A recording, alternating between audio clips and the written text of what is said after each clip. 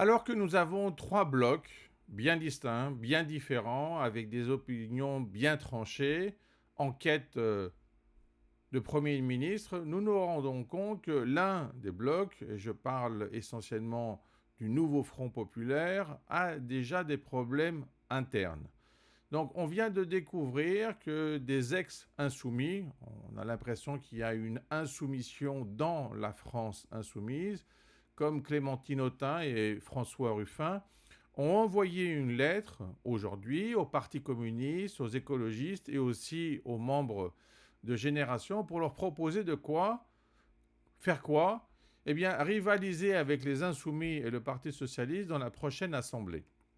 Donc, on se rappelle que dans le nouveau Front populaire, nous avons les communistes, les écologistes, les socialistes et la France insoumise. Donc là, on voit que parmi les quatre, ils essayent d'en prendre deux, le Parti communiste et les écologistes, rajouter les membres de Génération et, en tant qu'ex-insoumis, former finalement un groupe qui soit suffisamment important pour rivaliser avec les insoumis qui seront tout seuls dans cette configuration et le Parti socialiste aussi tout seul. Alors, au lieu d'avoir finalement une alliance et un bloc, on voit qu'au sein de ce bloc et de cette alliance, il y a déjà un problème. Pourquoi? Parce que tout simplement, ces anciens insoumis qui ont été purgés avant même le premier tour, finalement, ils avaient fait le pari d'être élus. Et ils ont été réélus. Et c'est ça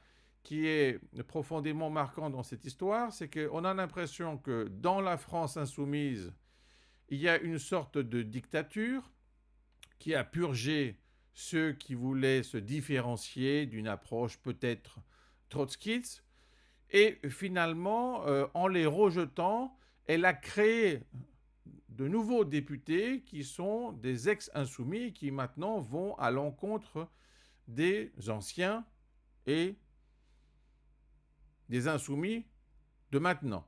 Le problème donc, c'est qu'on a une alliance de quatre, deux sont plus fragiles et essayent d'aller avec deux autres pour finalement faire une nouvelle composition avec trois différentes personnes au niveau des candidats des présidences. Donc au lieu de faciliter l'ensemble de la gestion de ce gros problème qui est celui du nouveau gouvernement, en réalité, avec cette action qui a son sens, hein, elle n'est pas dépourvue de sens, elle est tout à fait sensée et tout à fait compréhensible du point de vue stratégique, nous avons en réalité une rupture même au sein du nouveau Front populaire. Alors vous allez me dire, ce n'est pas daté, ce n'est pas fixé, mais en tout cas, il y a cette tendance, il y a cet essai.